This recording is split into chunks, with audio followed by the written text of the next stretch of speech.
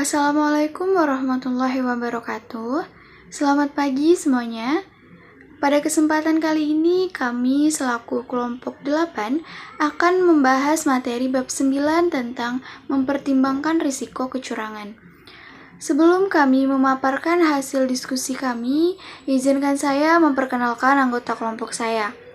Yang pertama ada Desmala Lernika Pakpahan. Yang kedua, saya sendiri, Nadia Mujanti, dan yang ketiga ada Regina Ade Pratiwi. Jenis-jenis kecurangan. Dalam konteks pengauditan laporan keuangan, kecurangan didefinisikan sebagai pelaporan keuangan yang disengaja mengandung kesalahan penyajian. Nah, terdapat dua jenis kecurangan yang utama, yaitu pelaporan keuangan yang mengandung kecurangan dan perlakuan tidak semestinya terhadap aset. Yang pertama, pelaporan keuangan yang mengandung kecurangan. Pelaporan keuangan yang mengandung kecurangan adalah suatu kesalahan penyajian atau penghilangan suatu jumlah atau pengungkapan secara disengaja dengan tujuan untuk menipu pengguna laporan keuangan. Kebanyakan berupa pelaporan kesalahan penyajian jumlah secara sengaja. Dalam banyak kasus, pelaporan keuangan yang mengandung kecurangan menyangkut suatu usaha untuk melaporkan pendapatan secara lebih saji atau yang biasa disebut overstatement. Baik dengan membuat lebih saji aset dan pendapatan atau dengan menghilangkan liabilitas dan beban. Entitas juga bisa dengan sengaja melaporkan pendapatan secara kurang saji atau yang biasa disebut understatement. Yang kedua, perlakuan tidak semestinya terhadap aset. Perlakuan tidak semestinya terhadap aset adalah kecurangan yang menyangkut pencurian aset entitas. Istilah perlakuan tidak semestinya terhadap aset pada umumnya digunakan untuk pencurian yang melibatkan pegawai dan pihak internal lain dalam organisasi entitas. Perlakuan tidak semestinya terhadap aset biasanya dilakukan pada tingkat hierarki organisasi yang lebih rendah. Hal ini dikarenakan manajemen memiliki otoritas dan pengendalian yang lebih besar terhadap aset entitas. Penggelapan yang melibatkan manajemen puncak juga bisa mencakup jumlah yang sangat signifikan.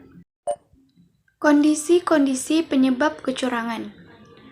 Menurut standar audit, ada 3 kondisi yang menyebabkan terjadinya pelaporan keuangan yang mengandung kecurangan dan perlakuan tidak semestinya terhadap aset. 3 kondisi tersebut membentuk apa yang biasa disebut dengan segitiga kecurangan atau fraud triangle. Nah, seperti yang teman-teman lihat pada gambar 9.1, yang pertama yaitu insentif atau tekanan, di mana manajemen dan karyawan lain mendapatkan insentif atau tekanan untuk melakukan kecurangan. Yang kedua yaitu peluang, di mana adanya keadaan yang memberikan sebuah peluang atau kesempatan bagi manajemen atau karyawan untuk melakukan kecurangan. Yang ketiga yaitu perilaku atau pembenaran, di mana adanya perilaku atau karakter atau seperangkat nilai etis yang ada yang mengizinkan manajemen atau karyawan untuk melakukan tindakan tidak jujur. Faktor-faktor risiko untuk pelaporan keuangan yang mengandung kecurangan. Yang pertama ada insentif atau tekanan. Insentif bagi entitas untuk memanipulasi laporan keuangan terjadi ketika terdapat penurunan dalam prospek keuangan entitas. Nah, sebagai contoh, suatu penurunan laba bisa mengancam kemampuan entitas untuk mendapatkan pinjaman. Yang kedua, peluang. Perputaran personel di bagian akuntansi atau defisiensi lain di bagian akuntansi dan pengolahan informasi bisa menciptakan peluang untuk terjadinya kesalahan. Dalam banyak kasus, pelaporan keuangan yang mengandung kecurangan tidak terdeteksi oleh komite audit dan dewan komisaris yang tidak efektif selaku pengawas pelaporan keuangan. Yang ketiga, perilaku atau pembenaran pelaporan keuangan yang mengandung kecurangan itu sangat mudah terjadi apabila CEO atau manajer puncak lainnya bersikap acuh tak acuh atau bahkan tidak peduli dalam proses penyusunan laporan keuangan. Karakter manajemen atau nilai etis tertentu bisa memudahkan mereka untuk membenarkan kecurangan yang mungkin terjadi. Faktor-faktor risiko untuk perlakuan tidak semestinya terhadap aset. Yang pertama ada insentif atau tekanan. Tekanan kesulitan keuangan adalah insentif paling umum bagi karyawan yang memperlakukan aset dengan tidak semestinya. Nah, sebagai contoh, pegawai yang memiliki banyak utang berpotensi melakukan pencurian untuk memenuhi keinginannya. Yang kedua, peluang. Kurangnya pembagian tugas biasanya memberi kesempatan pada karyawan untuk melakukan pencurian. Sebagai contoh, apabila pegawai gudang persediaan juga melakukan pencatatan atas persediaan tersebut, nah mereka itu akan lebih mudah mengambil persediaan dan menutupi pencurian tersebut dengan menyesuaikan catatan akuntansinya. Yang ketiga, perilaku atau pembenaran. Nah, apabila manajemen menipu konsumen dengan memungut bayaran yang lebih besar dari yang seharusnya atau bahkan melakukan taktik penjualan yang sangat membebani, karyawan bisa merasa bahwa bisa diterima apabila mereka bertindak serupa terhadap perusahaan dengan membuat laporan jam kerja yang tidak benar atau hal-hal lain yang semacam itu. Seperti teman-teman lihat pada gambar tersebut, terdapat 5 sumber informasi untuk menilai risiko kecurangan. Yang pertama, komunikasi di antara tim perikatan. Yang kedua, keterangan dari manajemen. Yang ketiga, faktor risiko. Yang keempat, prosedur analitis. Dan yang kelima, informasi lain. Baiklah, saya akan menjelaskan yang pertama. Yang pertama itu komunikasi di antara tim. Salah satu contohnya memberikan kesempatan bagi anggota tim perikatan yang lebih berpengalaman untuk berbagai wawasan mereka tentang bagaimana dan di area mana laporan keuangan mungkin rentan terjadi kesalahan penyajian material yang diakibatkan oleh kecurangan. Yang kedua, memungkinkan auditor untuk mempertimbangkan respon yang terhadap kerentanan tersebut dan untuk menentukan anggota tim perikatan yang akan melaksanakan prosedur audit tertentu. Adapun yang kedua, keterangan dari manajemen. Standar audit atau SA 240-17 mewajibkan auditor untuk meminta keterangan secara khusus tentang kecurangan pada setiap audit, yaitu yang pertama, meminta keterangan dari pihak-pihak lain dalam entitas. Contohnya, personal operasi yang tidak terlibat secara langsung dalam proses pelaporan keuangan. Yang kedua, meminta keterangan dari auditor internal.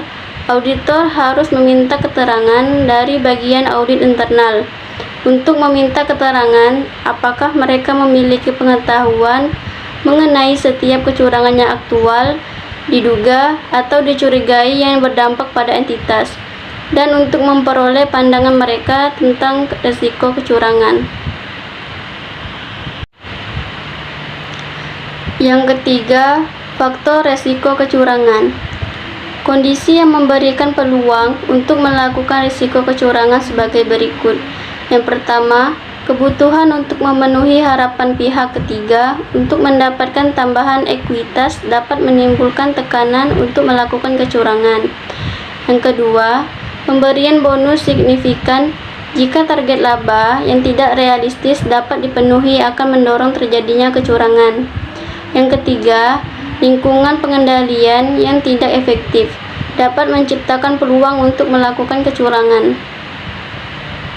Adapun prosedur analitis, auditor harus mengevaluasi apakah prosedur analitis yang dilaksanakan berdekatan dengan akhir audit ketika membentuk kesimpulan secara keseluruhan tentang apakah laporan keuangan konsisten dengan pemahaman auditor atas entitas, mengindikasikan risiko kesalahan penyajian material, yang diakibatkan oleh kecurangan yang tidak disadari sebelumnya.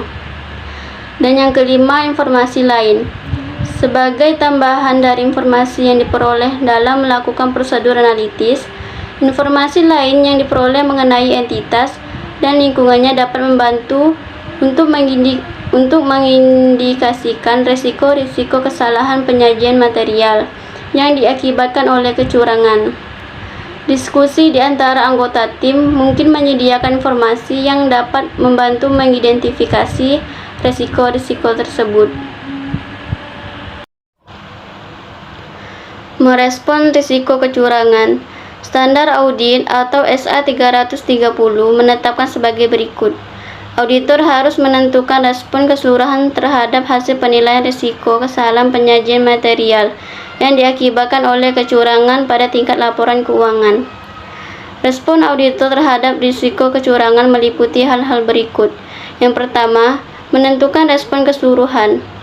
Menentukan respon keseluruhan untuk menanggapi hasil penilaian risiko kesalahan penyajian material yang diakibatkan oleh kecurangan, pada umumnya mencakup pertimbangan tentang bagaimana pelaksanaan keseluruhan audit dapat mencerminkan peningkatan skeptisisme profesional. Yang kedua, merancang dan melaksanakan prosedur audit yang responsif terhadap penilaian risiko kesalahan penyajian material yang diakibatkan oleh kecurangan pada tingkat asersi. Sesuai dengan SA 330, respon auditor terhadap hasil penilaian risiko terhadap kesalahan penyajian material yang diakibatkan oleh kecurangan pada tingkat asersi mencakup perubahan sifat, saat, dan luas prosedur dalam beberapa cara di bawah ini. Yang pertama, sifat. Sifat prosedur audit yang dilakukan mungkin membutuhkan perubahan dalam memperoleh bukti audit yang lebih dapat diandalkan dan relevan atau untuk memperoleh informasi tambahan yang dapat menguatkan. Hal ini dapat berdampak pada tipe prosedur audit yang akan dilakukan dan kombinasi di antara keduanya. Yang kedua, waktu. Waktu pelaksanaan prosedur substantif mungkin perlu dimodifikasi. Pelaksanaan pengujian substantif di akhir periode atau mendekati akhir periode lebih baik dalam menanggapi hasil penilaian risiko atas kesalahan penyajian material karena kecurangan. Yang ketiga, luas. Luasnya prosedur yang diterapkan mencerminkan penilaian risiko kesalahan penyajian material yang diakibatkan oleh kecurangan. Sebagai contoh, peningkatan ukuran sampel atau melakukan prosedur analitis secara lebih rinci dan lebih tepat. Adapun yang ketiga, merancang dan melaksanakan prosedur audit yang responsif terhadap risiko yang terkait dengan pengabaian pengendalian oleh manajemen. Ada 3 prosedur yang harus dilakukan pada setiap audit, yaitu yang pertama, menguji ketepatan entry jurnal yang tercatat dalam buku besar dan penyesuaian lain yang dibuat dalam penyusunan laporan keuangan.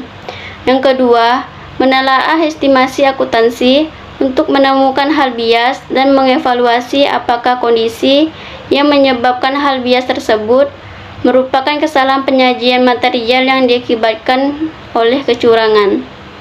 Yang ketiga, mengevaluasi dasar bisnis untuk transaksi signifikan yang tidak biasa. Memutakhirkan proses penilaian risiko. Jika auditor mengidentifikasi adanya kesalahan penyajian, baik material maupun tidak, dan auditor memiliki alasan untuk mempercayai bahwa itu tidak mungkin merupakan suatu akibat dari kecurangan dan bahwa manajemen atau terutama manajemen senior terlibat di dalamnya, maka auditor harus mengevaluasi ulang penilaian risiko kesalahan penyajian material yang diakibatkan oleh kecurangan dan dampaknya terhadap sifat, saat, dan luas prosedur audit untuk merespon risiko yang telah ditentukan tersebut. Jika auditor menginformasikan bahwa atau tidak dapat menyimpulkan tentang apakah laporan keuangan mengandung kesalahan penyajian secara material yang diakibatkan oleh kecurangan, maka auditor harus mengevaluasi dampaknya terhadap audit. SA 450 dan SA 700 menetapkan ketentuan dan menyediakan panduan atas mengevaluasi dan tindak lanjut atau disposition kesalahan penyajian serta dampaknya terhadap opini auditor dalam laporan keuangan. Yang pertama, auditor tidak dapat melanjutkan perikatan jika sebagai akibat kesalahan penyajian yang diakibatkan oleh kecurangan atau dugaan kecurangan, auditor menghadapi keadaan luar biasa yang menyebabkan kemampuan auditor untuk melanjutkan pelaksanaan audit dipertanyakan, maka auditor harus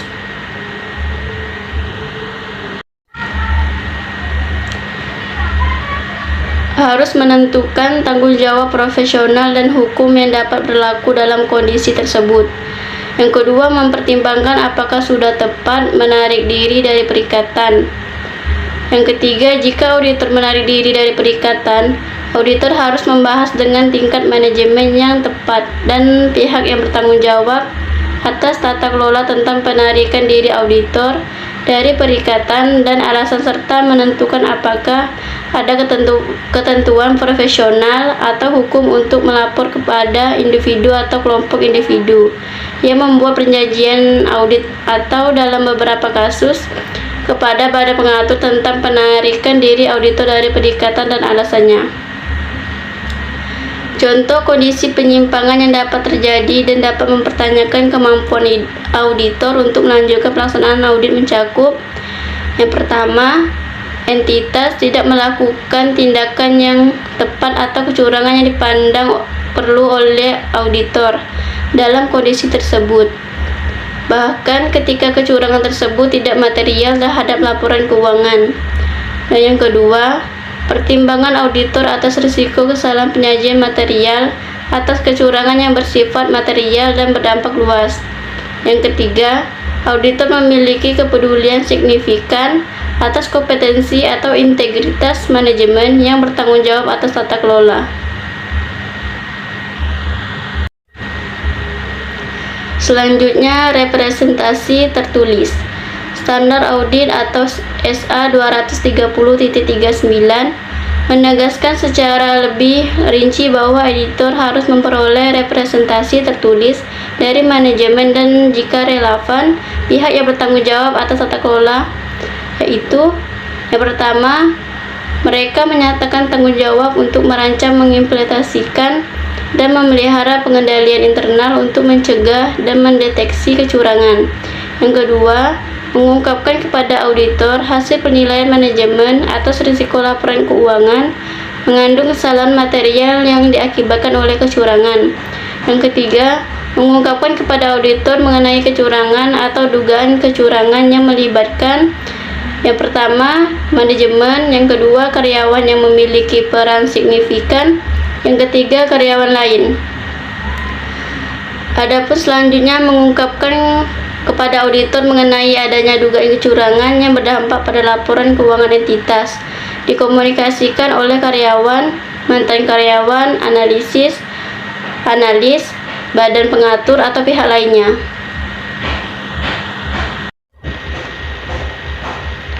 Komunikasi kepada manajemen dan pihak yang bertanggung jawab atas tata kelola.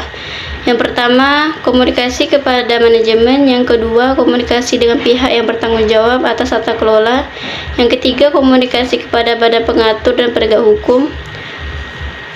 Dan selanjutnya ada dokumentasi. Standar audit atau S140 mengatur tentang dokumentasi yang harus dilakukan auditor sehubungan dengan kecurangan. Yang pertama, berkaitan dengan pemahaman auditor atas entitas dan lingkungannya.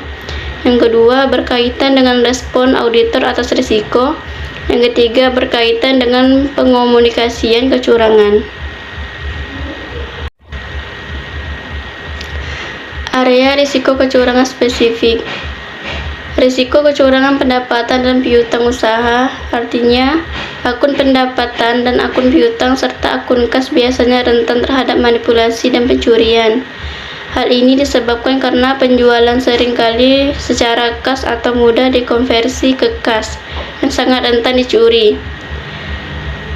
Yang pertama, pelaporan keuangan yang mengandung kecurangan untuk pendapatan akibat dari tingginya frekuensi pelaporan keuangan yang mengandung kecurangan.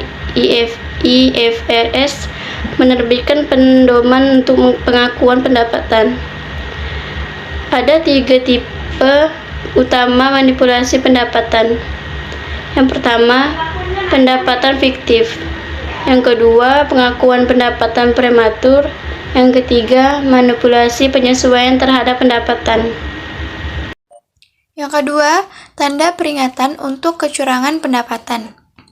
Banyak tanda peringatan potensial atau gejala menunjukkan adanya kecurangan pendapatan, yaitu yang pertama ada prosedur analitis, yang kedua ketidakcocokan dokumen.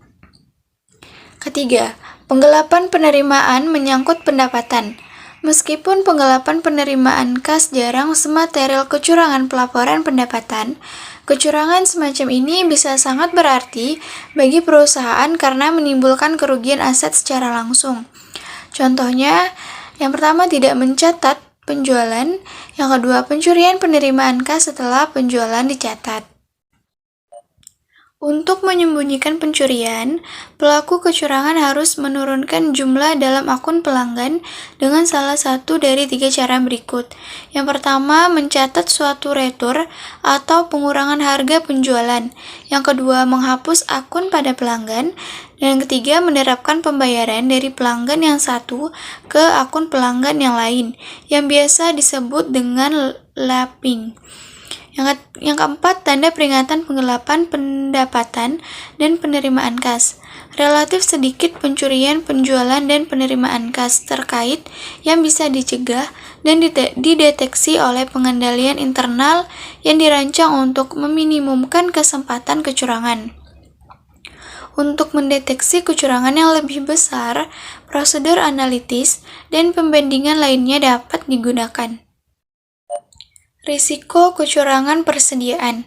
Persediaan rentan terhadap manipulasi oleh manajemen yang berkeinginan untuk mencapai tujuan pelaporan keuangan tertentu, karena persediaan merupakan akun terbesar. Selain itu, persediaan juga berbentuk barang yang siap untuk dijual, maka persediaan juga rentan terhadap penggelapan. Yang pertama, ada risiko pelaporan keuangan mengandung kecurangan. Untuk persediaan memiliki persediaan yang beragam dan berada di lokasi yang tersebar, itu membuat perusahaan menjadi mudah untuk menambahkan persediaan fiktif pada catatan akuntansinya. Yang kedua, tanda peringatan untuk kecurangan persediaan. Banyak tanda peringatan potensial atau gejala menunjuk pada kecurangan persediaan. Untuk salah satu teknik yang berguna untuk mendeteksi kecurangan yaitu dengan prosedur analitis. 3. Prosedur analitis. Presentasi laba kotor dan kecepatan perputaran atau turnover persediaan sering membantu dalam mengungkapkan kecurangan persediaan. Risiko kecurangan pembelian dan utang usaha. Pelaporan kurang saji utang usaha biasanya mengakibatkan pembelian dan harga pokok penjualan menjadi lebih rendah dan laba bersih menjadi lebih tinggi. Yang pertama, risiko pelaporan keuangan yang mengandung kecurangan untuk utang usaha. Perusahaan bisa secara sengaja melaporkan utang usaha lebih rendah dan melaporkan laba lebih tinggi. Hal ini bisa dicapai dengan tidak mencatat utang usaha hingga periode berikutnya, atau dengan mencatat pengurangan fiktif atas utang usaha.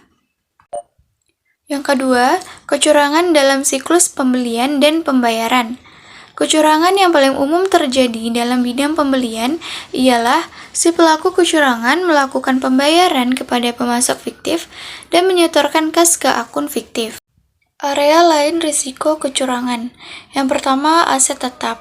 Aset tetap sering menjadi target manipulasi, terutama pada perusahaan yang tidak memiliki persediaan atau piutang usaha yang material. Yang kedua ada beban gaji. Kecurangan gaji yang melibatkan penyalahgunaan aset sering juga terjadi, tetapi jumlahnya biasanya tidak material. Dua area kecurangan yang sering dijumpai adalah menciptakan karyawan fiktif dan mengelembungkan jam kerja karyawan. Sekian presentasi dari kelompok kami. Terima kasih atas perhatiannya. Mohon maaf apabila ada kesalahan dalam video kami. Wassalamualaikum warahmatullahi wabarakatuh. Selamat pagi.